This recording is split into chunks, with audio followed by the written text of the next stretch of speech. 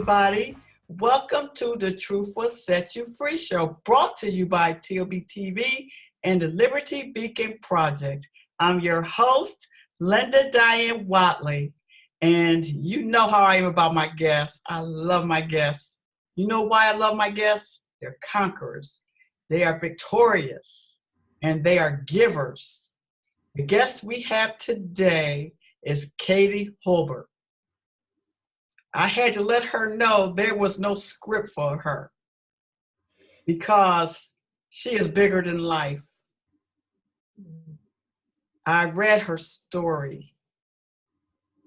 This beautiful lady, Katie, like I told her, I had never met a Katie who didn't have an effect on mankind because of their heart. She is a survivor of occult, abuse of sexual abuse, spiritual abuse, physical abuse, you name it, abuse. She has experienced so many experiences in life as a child that she had no control of.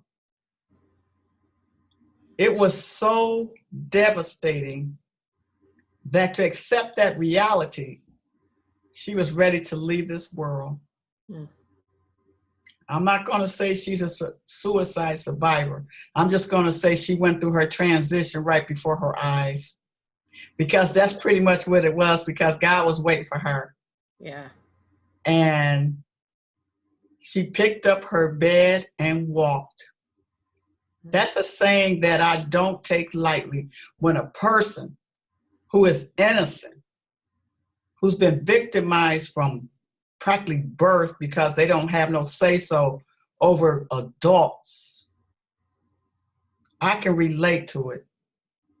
When you don't have the power to say, protect me, know me, talk to me, you are at the mercy of people you are supposed to trust.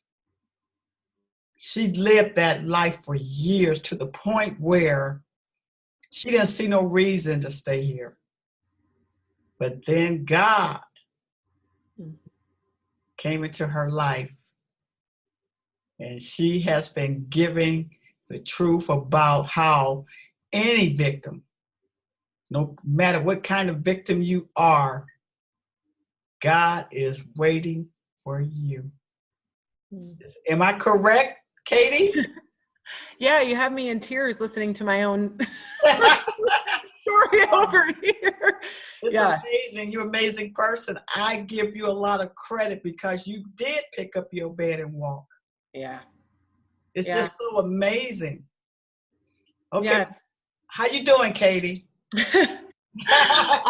Oh gosh, I'm good. You got me all verklempt up in here. But yeah, I mean, it was a hard journey. It's been a hard journey. You know, it's not easy to do that, but. And you are amazing, because when you talk to your audience, you do not play like you're perfect. No, that would be a waste of time. Yes. I'm trying to figure out, okay, what was the first tool that you learned to get to the next place, to a better place? You know, I mean, honestly, I will say, kind of once I had that aha moment of, you know, wanted to end it, and then I broke through that. I actually did get on antidepressants at that time, and it really did help me. It just it turned a light on. And, you know, I don't know that that's for everybody, but for me, it worked really well just to kind of even me out. But after that, I kind of hit this place of like, I'm going to do whatever it takes. I don't care, because I can't live like this. I cannot. This is like, I mean, there is no point. And, you know, I think in the beginning, I started reading books like Codependent No More, things like that, boundaries, just stuff to kind of start like, what is this ball of mess that I've got for my life? How do I at least pull apart some of the pieces and start dealing with it? Because it was just, you know, sometimes it feels like there's so many layers and so many things going on, you don't really know where to start. And for me, and I think this is true for a lot of people, I don't know that it needs to start anywhere specific. It just needs to start. Wow, that's true. You know, it's kind of like it's this big mesh. And once you start pulling on that thread, it just starts coming. It doesn't really matter where you pick up. Just pick it up and start pulling on it. And like, okay, Wow. unravel, unravel, unravel. And I think through a series of that, and then I had this, that was probably about a 3 to 6 month period. And then I started saying to God, I was like, okay, I need to learn what trust means, because I don't trust you. I don't know what that means. I literally have no concept in my brain of what does that even, you know, people throw around these terms like somehow you know what that means, but, and you know, on some sort of surface level, okay, I know what the definition is, but I don't experientially know what that means. And so kind of in my time with the Lord for about 6 months, he was like, okay, can you trust me for 1 hour? And I said, I don't know what that means. I said it more colorfully than that, let me tell you. And he said, can you just trust that I have your back and that everything's going to be okay for 1 hour? And literally that was a challenge for me. I had so much anxiety and so much fear, and just, I was in constant fight or flight my whole life. And so that was, this makes me emotional, but it was a huge step to be able to say, okay, I'm going to let go and choose to trust that you've got my back for 1 hour. And literally that was all I could do. And then the fear would start to come back and the anxiety, and I would only be able to hold on to the peace for about 1 hour. And then, you know, it was like that for days on end until it turned into, I can do half a day at a time, and then I can do a whole day at a time. And now it's actually become a lifestyle, but that's because it's 15 years later. What would you say trust is? Trust is, I guess, you know, in my relationship with the Lord, my trust became that he has my back, that he has my best interest at heart. And eventually over time, I have learned how to translate that into relationships with other people, and trusting that the intention is good. Even if somebody F's up and they fail you and they just, you know, they just fall short on every level, their intention wasn't to do that.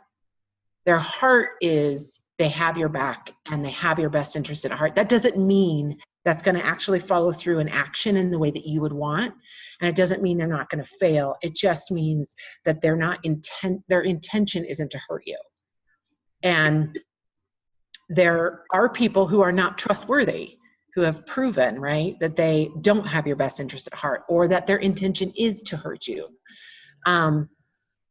But giving someone trust is saying to them, okay, I think you actually want the best for me, and I'm going to give you the opportunity to prove that I'm right and that that's true.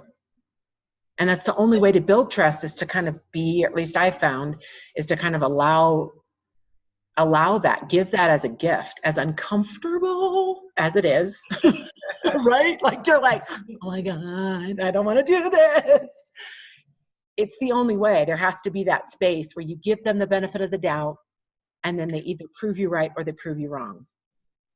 But until you allow that space for them to do that, you'll never know. They can't prove, they have to prove it.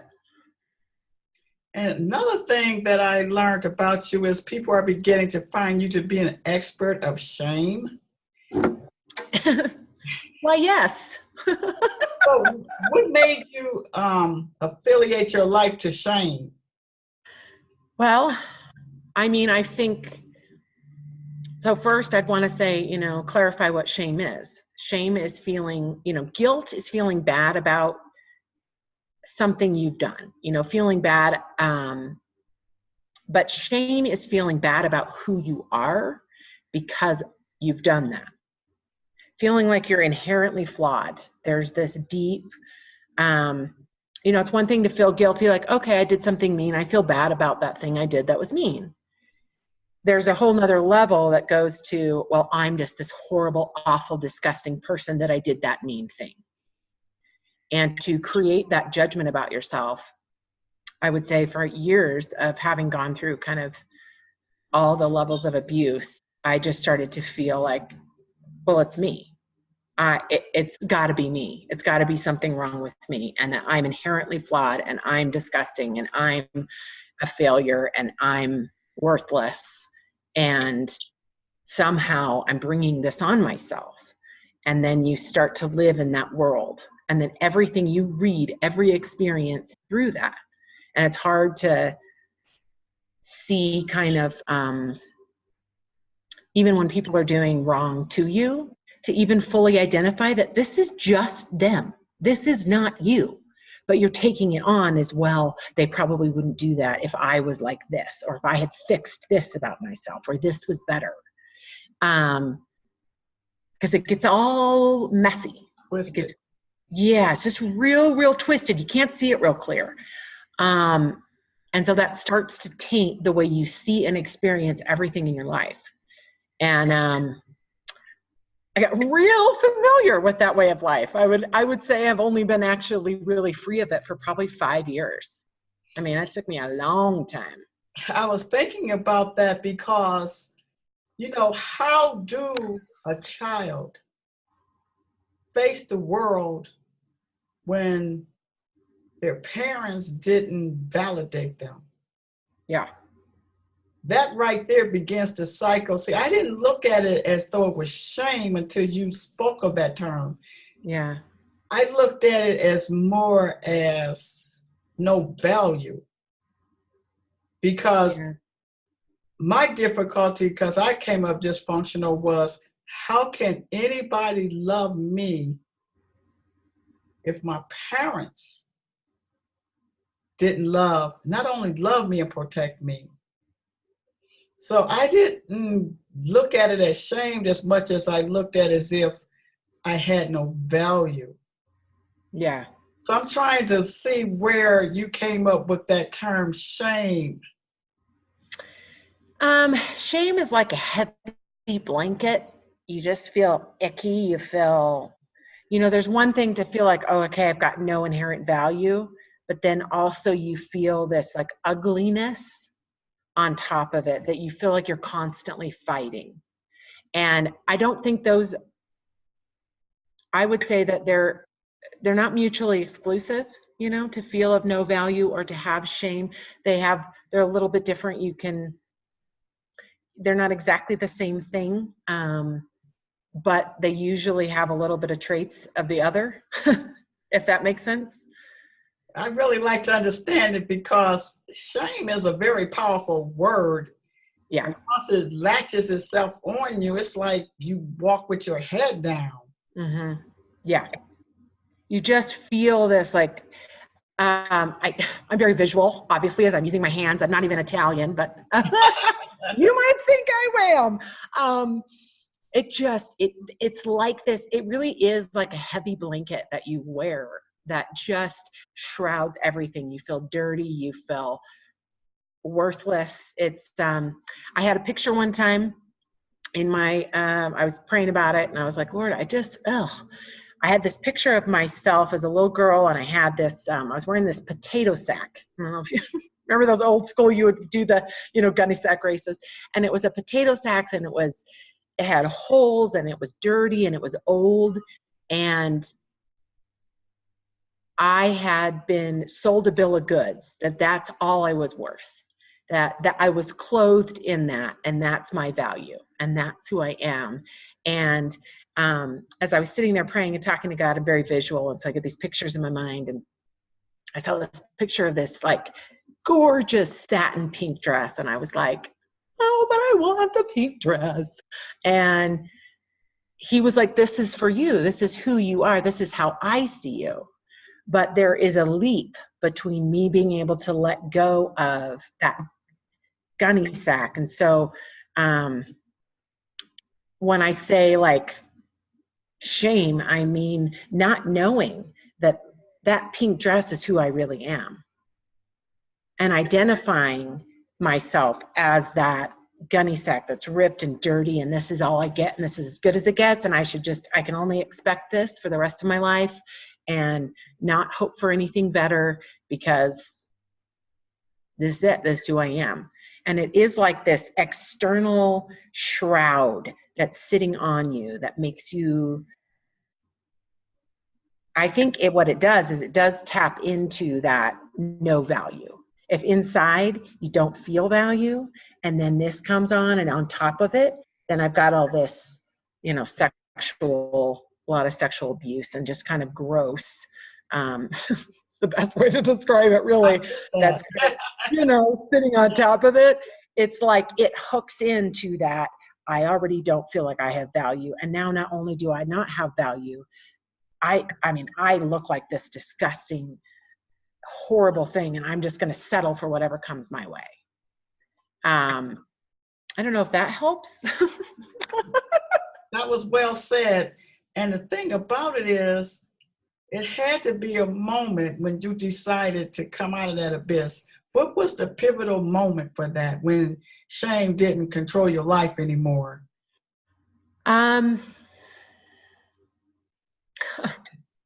Gosh. Probably, I would say about 5 years ago. Well, actually 6 years ago now. I made a decision. I moved away from family and from kind of an area in the world that had a lot of abuse had happened. And I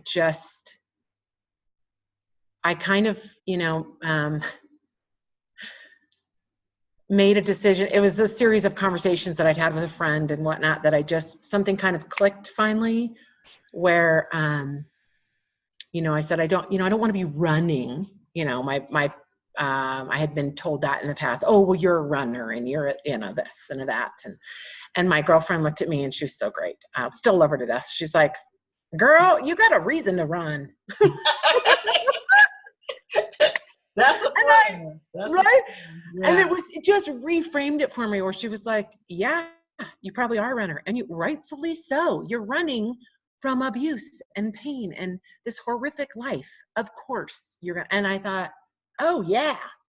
And it just gave me my power to shift and say, you know what?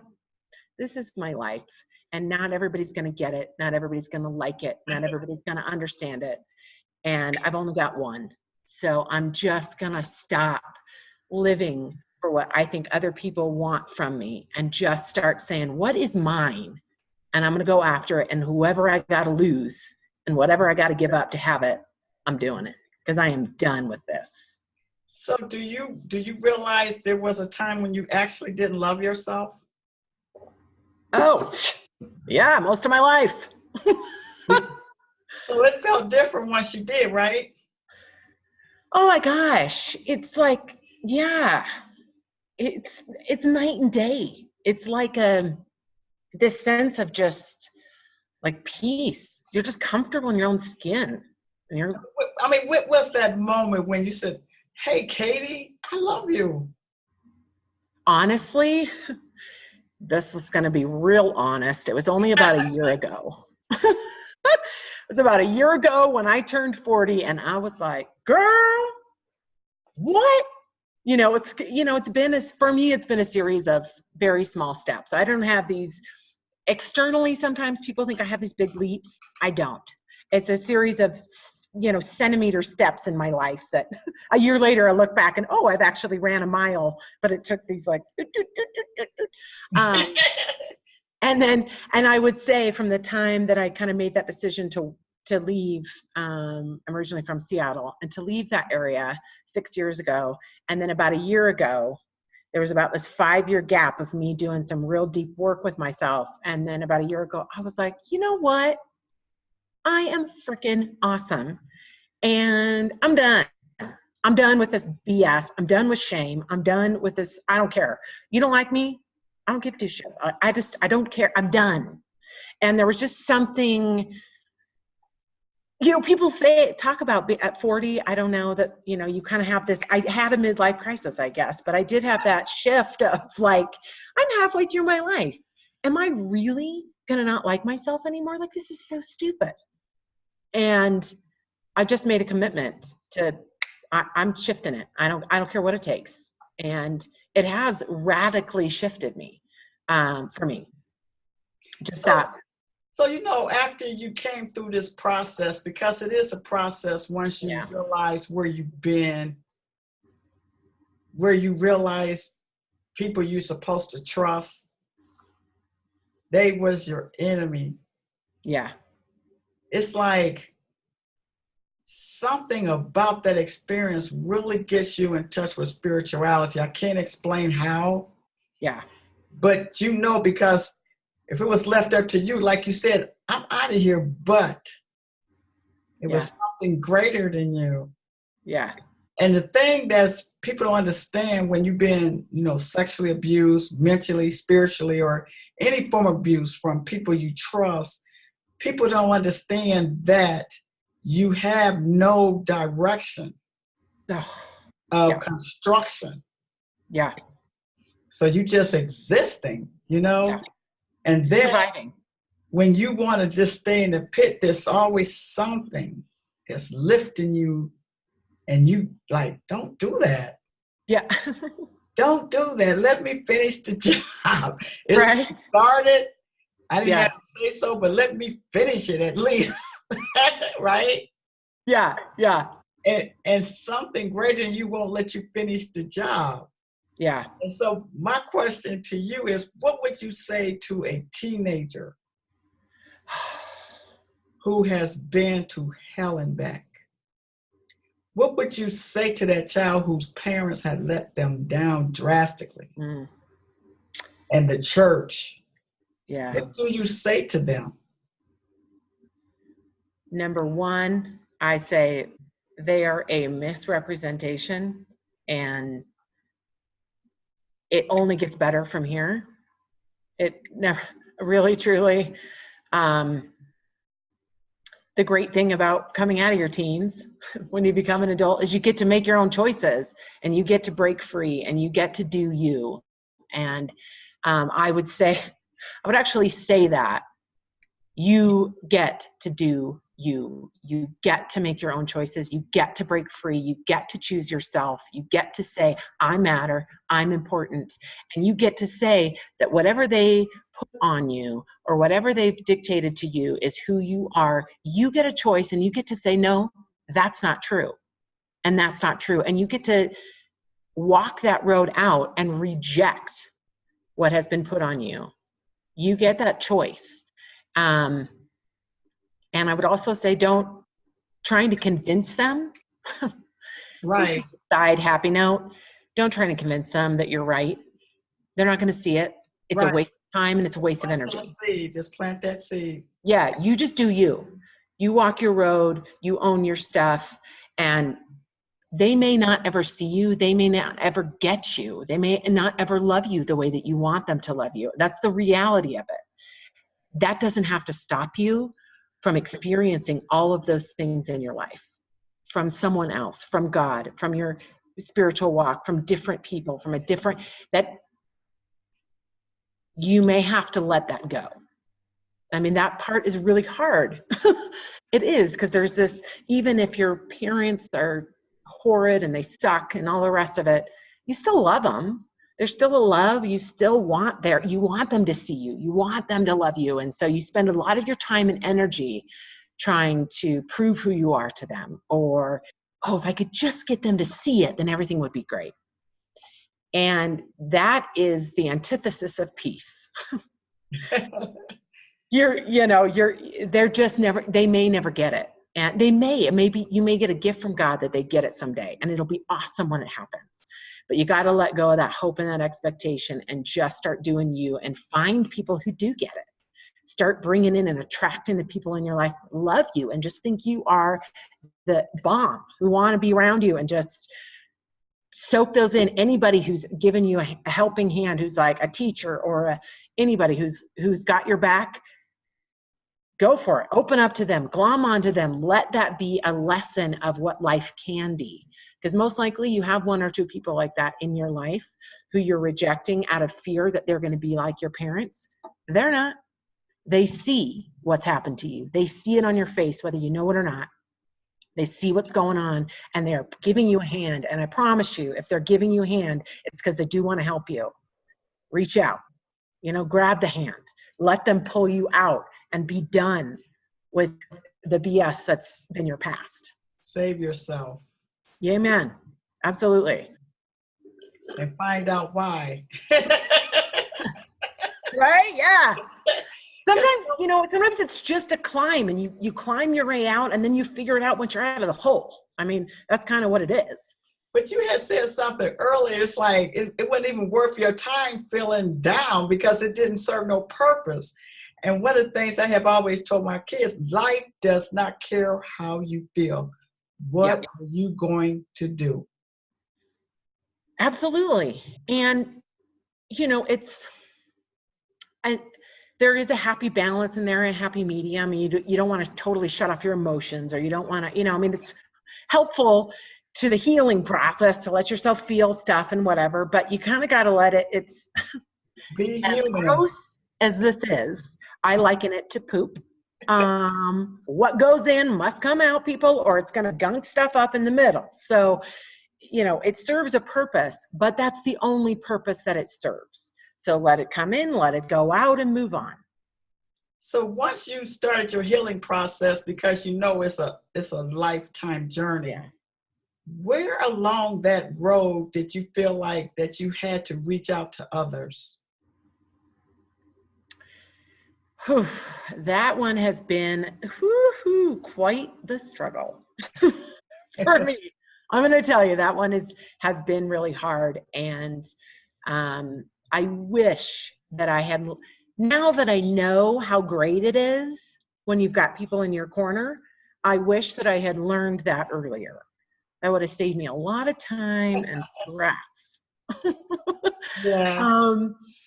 And I think it's more of that, realizing you're not an island. And I know that, especially with depression and isolation, you think in your mind that's actually helpful, like, oh, well, I don't want to be a burden, or I can't trust anybody, or whatever. And so you isolate, but it's actually the opposite of what you need to do. And so it's almost like, for me, it was kind of starting to learn. And, I soak it up, right? I read stuff, and I watch videos, and I do the thing, and I go to therapy, and I went to a coach, and, I've done it all, right? I'm like, whatever I got to do, get it. But in that process, realizing how much we actually, as humans, are built as, I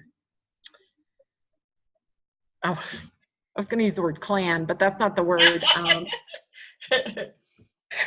don't know. You know how like horses are like, they're not alone. What are they called? Now I've lost the, like what? a herd. Yeah, like we're actually, as humans, we're built like that. We're meant to be in groups. We're meant to be in relationship. We were designed that way originally. Like certain, if you study animals, there's certain animals that they're actually meant to be like horses. They always say never own one horse by itself. It needs a companion. They really don't do well by themselves. There's lots of animals like that. It's just a good example that's kind of, you can detach yourself emotionally from, but we operate that way. And so it's, for me, it was kind of realizing I'm not doing well by myself. I'm still depressed, or, I've like pulled myself up by the bootstraps, but I still feel very alone. And so, okay, got to start risking letting people in a little bit here and there. And that's still a little bit of a struggle for me. I've gotten way better at it. But that to me is that's my little area that I'll probably be working on for a long time, quite frankly.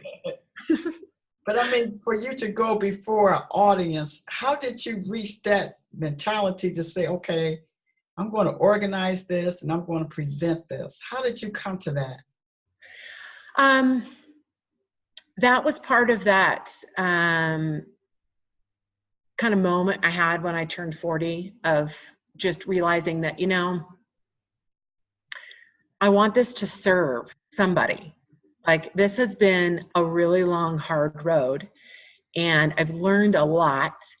And I'm starting to see in the area of self-help that there is a lot of pieces missing for people who've been through real severe trauma, of some just like basics that people don't understand, that have not really been, you have to kind of relearn. It's, you know, it's like, and to me, I just thought, okay, well, I would rather do it wrong and reach one person than not do it at all and not help anybody. So it started, you know, for me, that was very logical. Like I tend to be kind of logical in that way. And I just thought, well, this has to serve somebody. And so I'm just going to start doing it. You know, I did actually have a mentor who said, done is better than perfect. That's true. Yeah. Right. It's like, you just got to start doing it. And it's like, okay, here, this has been a hard, and, you know, I went through all the things of like, who's going to, you know, you get all the things, messages in your brain that like, oh, well, will anybody really listen to me? Or does anybody care? Or like, oh, or they think I'm full of it, or, you know, all the stupid stuff that comes in. That's you suck, you suck, you suck, you suck, you suck, you know, every version of that. Right. But I mean, who cares? So what? I suck. But guess what? I probably still have something to say that's going to help somebody, because trust me, the information that the 15 years of healing that it's taken me to do stuff, I now know how to help people do it in a year. And I wish somebody would have done that for me. I wish somebody would have done that for me. It would have saved me so much heartache and pain. If there were certain, you know, if somebody had been able to really teach me some of these basic things that I just never got taught. So I had to learn it on my own. When you say basic, like what, for instance? Like trust. Like this kind of, you know, that process of what does trust mean? What does peace look like? How do I not self-sabotage? How do I not, you know, like what happens when you have this kind of shame-based mentality is you easily go down this weird role, like, you know, you have like a negative thought, right? Of like, oh, this is not gonna work. You know, you're doing something new, you're at a new job, let's say, and you're like, oh, whatever. And then all of a sudden, you have found yourself in this 3-week spiral where you have spun out and nothing's ever gonna work and life is horrible, you know? And people maybe don't know that on the surface, but that's what's going on inside, right? And I've had to learn you don't even have the internal strength to choose a positive thought. Like people talk about, oh, well, choose a positive thought and I don't have anything to pull from. Why would I choose a positive thought? I haven't had one positive effing thing happen in my life. I don't even know how to do that. What does that even mean? You know, like stuff like that of like, how do you actually choose that? I have a client that I work with who he's had some really severe PTSD and he's had to learn how to create space to, you know, when I say trust, give the benefit of the doubt instead of going into this anxious spiral about everything in his life, everything that goes a little bit wrong. It triggers, because that's what happens, right? You get triggered by something. You don't even know you're getting triggered. And then all of a sudden, the world's going to end. And I mean, I'm being dramatic, but it kind of feels like that. And you're in this deep depression. And so, you know, teaching like a basic thing of like how to stop that before you get down that road, and then how to actually build space inside of yourself to give the benefit of the doubt of a situation. Okay, well, I haven't heard, you know, I called this person and they're really important to me, my wife, my husband, and I haven't heard from them in a couple hours. Are they mad at me? Or, you know, because that's what's going on for the person in their head is, oh, they hate me now and da, da, da, da. And really, no, they're actually probably busy or their phone died or whatever. And to actually learn how to stay in that space where you just say, okay, it's going to be okay. And if that means you walk around your house every 5 minutes saying, it's fine, they just don't have their phone. It's fine, they just don't have their phone. That's what you do until you learn how to kind of stand in that. And that becomes the way you are. But you have to actually do that. It's super crazy. I walk around my house like that. I get it. I get how crazy it looks to the outside. But like, no, it's going to be fine. It's fine. I mean, I walk around, God's got my back. It's fine. He's going to pay my bills. It's fine. You know, I mean, whatever you got to do, whatever you got to say to create that for yourself so that you can have some more peace and so that things can turn out differently, because you're going to perpetuate the cycle, right? And of whatever's going on, of like, oh, you're going to sabotage yourself because, oh, this didn't work out and it's only been 5 minutes. And now this thing's going to implode because you've gone down this whole cycle and you haven't given it enough time or enough room to prove that it might be an okay thing in your life. So I don't know. I'm really good at tangents. So I hope that answered your question a little bit. But very well, very well. Okay. I was going to ask you, I was seeing where you had a questionnaire to see if a person had PTSD, and I was wondering how that fitted with your foundation, because you're helping people to get to a better place. How did the PTSD come into play with your foundation? Well, I definitely I didn't realize until I was about 30 that I had pretty severe PTSD myself. And so I had to start learning, because I was in constant fight or flight. And then I actually went into adrenal fatigue because of that, and had some really severe health problems for a few years. And it was all just like, because I was in this like, constantly, and my adrenals are pumping, right? So your body just starts to shut down.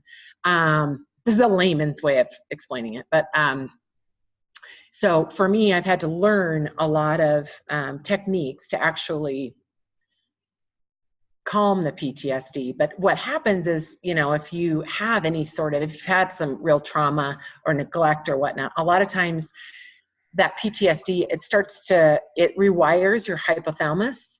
And so a little noise, little things can trigger you that you don't even, it's not like the thing is happening again, right? I mean, you're not in the middle of an abusive situation necessarily. You're just at work doing your due. And then there's this loud noise and all of a sudden you're like, and you feel that jolt inside of you, and then your heart rate's going and you don't know how to calm it down.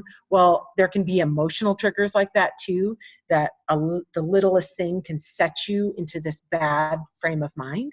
So it's kind of like you have to, if that's going on, you want to address the physicality of what's happening in your body. It's good to just know that that's there so you can address the physicality and address the mental stuff. Because sometimes you're just going to have a physical reaction and has nothing to do with what's going on. There's nothing emotional happening, but then it starts to trigger all these emotional things, and you need to be able to solve it both on a physical level as well as an emotional and mental level, and know that those are they work together or against each other, whatever you want to say, but they're separate tools, and you want to be able to use them both so that you can have more of an effective, quicker, long-term recovery. So how do you see anxiety in contrast to PTSD? Well, I'm not an expert, so I don't want to pretend what like is I am. the difference to you? Like, anxiety is like a rush type of your emotion system. PTSD is like a thought process with your emotions. But anxiety is it's just like a flare up in your emotions. Yeah, I mean, PTSD involves anxiety. There's always anxiety. That's part of it, is you immediately go into fight or flight. That's basically what happens with PTSD, is that your brain has become conditioned for, even if your heart rate goes up because you're excited, it will trigger a fight or flight reaction in your physical body, and you'll start to feel like you're anxious, or you'll feel all this fear. So I don't know, it's almost like PTSD is a more severe type of anxiety, quite frankly. That's how I think of it, is it's a real severe version of that. So, in the healing process, I noticed there's some people who share the healing journey, and they have made a difference in people's life, they have moments when they feel like that because they're not on top of the world 24/7, that they're not real. Mm. But that's not true. No. Oh my Lord Almighty. Everything, the healing process, as much as I wish it wasn't, is 2 steps forward, 1 step back. I mean, it just is. You have little setbacks and you're like, or it's like an onion, right? You do a layer and a layer and you're like, oh, I totally conquered that. And then it comes back up another way and you're like, what? I had that. I was sure I conquered that. And, and it just rears its little, but it's still a smaller version. I liken it to like switchbacks on a mountain when you do, when you hike on a mountain and you've got these switchback trails that go like this, and you go up and you've done 3 or 4 switchbacks and you're like, yeah, wait, this feels like the same scenery I just did, but really you are higher on the mountain. It doesn't feel like it because the scenery is the same. And you're like, I've seen this scenery before. Well, yeah, you have, but you saw it from, I don't know, 100 feet down that way. And just to know that that's part of the process. You're going to get triggered by stuff. You're going to, shit's going to go wrong. It's going to go south. And like, it's okay. It's more about the healing process is that you can recover from those setbacks quicker each time. That's almost, for me, that's more the gauge of how much I've healed, is how easily I can rebound, versus like before it was, a 3-week spiral. Whereas now I spin out for 30 minutes and then I'm like, what? Dumb. And then I get right back onto it. I mean, that's huge progress. It doesn't consume my life. It literally, I waste 10 to 20, 30 minutes at the most worrying about something I don't need to worry about, and we're done. That's to me, in my experience, I just feel like that's actually more of the gauge of how far you've come, is how quickly you can rebound from the things when they happen. And I think that's important for people to understand, because you're in a healing state, that doesn't mean that you're not going to have some drop days, and it's okay. Oh, yeah. Because, you can't hold up the world for so long. Right? Oh my gosh. Well, and think about how many years of like constantly being in a bad space it took you to get where you are. It's going to take you a minute to like really be able to sustain and change and have that be a long-term thing. Like, and you're human. So no matter how much healing you do, you're still going to make mistakes the rest of your life. People around you are still going to make mistakes, and it's still going to hurt your feelings sometimes, and things are going to bring you down, and, circumstances that are out of your control will happen. And that's life. There has to be an understanding that that will always happen. You're just trying to get to the point that it doesn't trigger this massive upheaval in your life, that you can just handle it and like, oh, okay, that sucked. Next. Well, would you say that you've experienced any form of grieving? Oh, girl, yes. I would say. Oh my gosh. Wait a minute, Katie. What are we laughing about? I don't know. I'm laughing because that's like, to me, that's like asking me, do you think you have blonde hair? Yes, I do. Like, hello. Oh my gosh. That 5 years period of time after I left Seattle, before I kind of had my like, I'm doing it, 5 years, straight grief.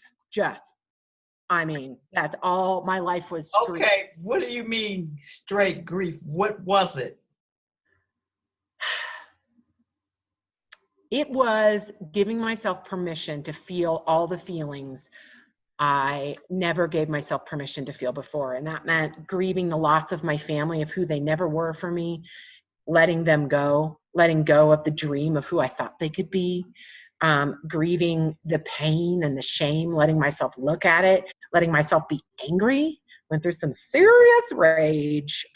Fortunately, I was healed enough at the time that I went through it that I didn't lash out at everybody around me. But definitely was not on my best behavior all the time.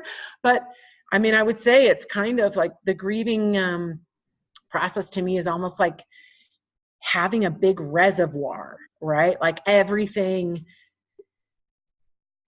kind of that's bad that happens, right? It's especially if you're in a chaos and an abuse kind of thing, you don't really get a chance to grieve it. You just are surviving. So you push it off and you push it off and you push it off.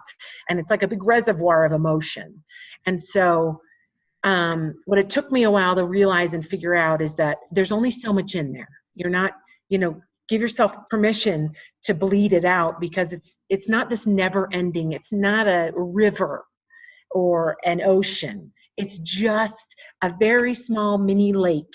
I thought you was going to say pond. Well, it depends, I suppose. Some people have a pond. Some people have a lake, maybe Lake Michigan, but no. And you got to give yourself permission to grieve it so that it can dry out, and it's not there anymore, but it doesn't go away. So ignoring it doesn't help. It's not going to go away. Like, if you need to grieve, you need to grieve. Like, at some point, I've actually found that giving myself permission to grieve was probably one of the biggest healing points, because it was me validating me and saying, yeah, you know what, this was crap. And yeah, this was really, really hard. And guess what? You get to be sad about it. And you really realize you have a heart, because it hurts. Yeah. And the flip side of that is that, once you can really grieve it and let it go, it's also like, just like you're saying, you have a heart, you also have this capacity to love, in a way that I didn't know was possible for me until I was able to really let go of the pain that my heart was holding. And part of letting go of the pain was the grieving. It's not just like, I don't know, people are like, oh, just let it go. Like, here's another one for you. That's another like basic, let it go. What does that mean? You know what I mean? Like, you can't tell someone who's just been through hell and back that, like, let it go. They don't know what that means. I don't know what it means to let go of something, right? Because you're fighting for control your whole life, because everything is happening to you. So the idea of not having control over something is the scariest thing for that person. So to say to somebody, let go, makes zero sense to them. You have got to find a way to teach somebody to reframe it in a way that's totally different than what you're presenting it as. Because that, for someone who has had no control their whole life, they're not going to just give up control over something. That isn't how it works. They have to learn that it's okay to give up control over something. And that is a series of very small steps that happen in a row. Well, see, the thing too about pain is, like, when you're talking about grieving, is people tend to hold on to it because they feel like if they let it go, there's no connection to it. And so now you have this, it's almost like a form of addiction. Yeah. It's like, what you going to replace this with? Because it consumed you so long. Now that you don't have it, who are you? Oh, totally. Totally. It's an identity. Don't want to even deal with that responsibility, so they justify it. Plus, it's justified. It's justified, and they justify it. Yeah. What is it serving for them to hold on to that? Because usually, like, especially a death experience, they feel like if they let that go, they let that person that died go. And then in your past, you hold on to it to justify not progressing to improve yourself. So it's some twisted thing there where people get fixated on, just like addiction, because they let it be their persona for so long. Right. They don't know how to allow something else, which makes me want to ask you, did you have to come to a point where you had to forgive God? Oh, yeah.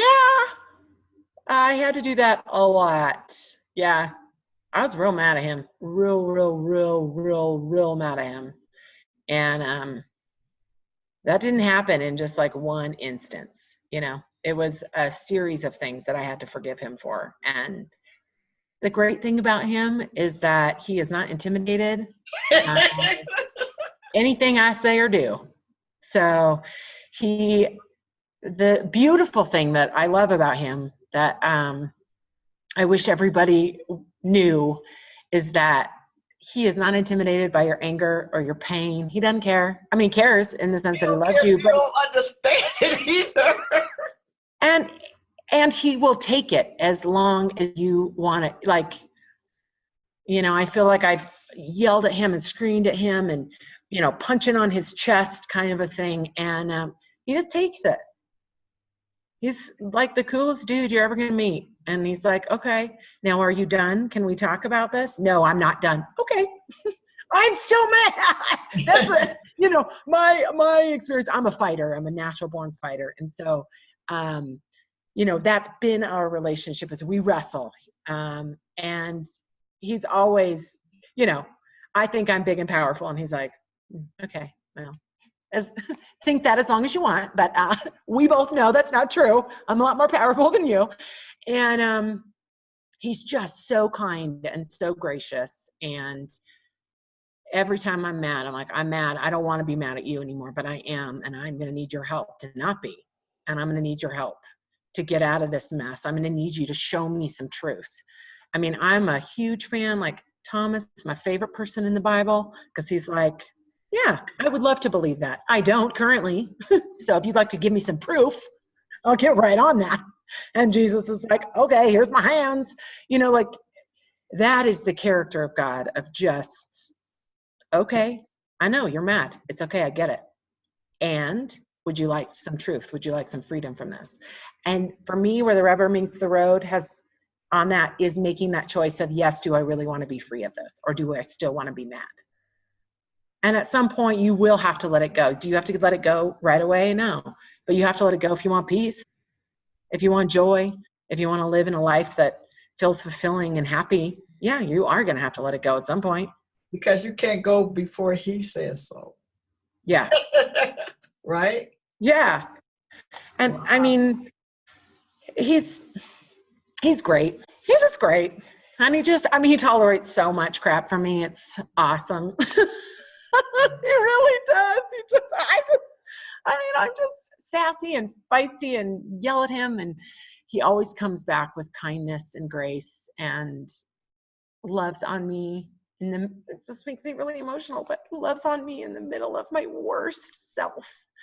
And it enables me to forgive him. And that's part of it. It's like you have to, you know, people want to say, oh, well, you don't really forgive God because God isn't wrong. Well, in your heart, you feel like he is. So it's going to make you have to choose in your heart to forgive it because you don't understand it. You know, like for a long time, I was like, I don't understand it, what's happened and why you didn't intervene and, you know, all those things. And in the process with him, it's gotten to a place that it just doesn't matter anymore. It doesn't, I still don't have people are like, well, how did you make sense of that? I said, I didn't. God just gave me a special grace where it just doesn't matter that I don't understand it. I'll understand probably on the other side. And it's okay because he's proven himself trustworthy now in my adult years. And so I've just let that go. I don't get it. I don't understand it. But he's proven himself to be good and faithful now. And so it just doesn't matter.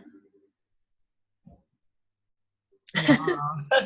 So when you put it all together, you have this fantastic platform where you open yourself to help people individually and as a group. Yeah. If people are interested in your services or would just like to communicate with you, how do they get in touch with you? They can, I have a website. It's called shifthappens.anyway.com.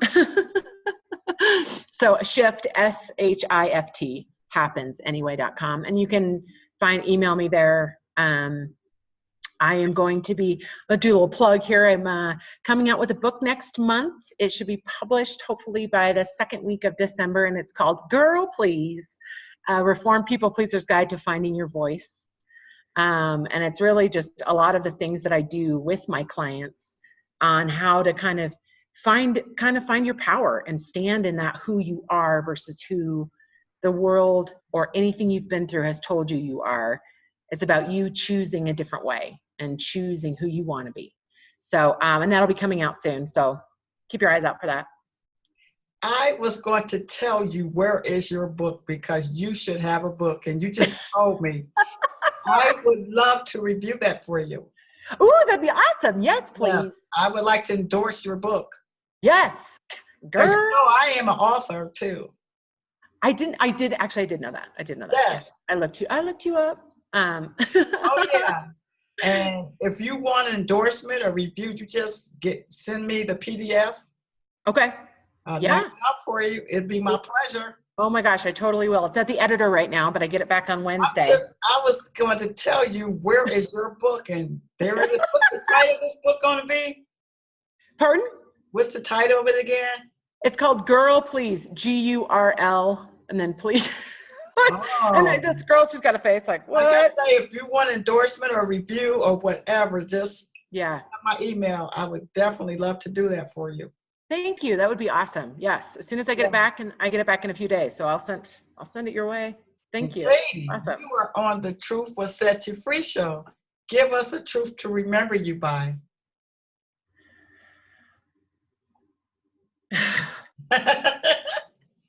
Give yourself permission. Permission. Just give yourself a break. I like permission to be where you are, permission to walk what road you need to walk, permission to find your truth, permission to find your voice. Just give yourself permission and let the rest go. Katie, thank you so much for being on our show today. Thank you. It's been great. It really was. You have to come back when your book come out, you know. You know it. Take care. You too. Thank you. Bye-bye. Bye.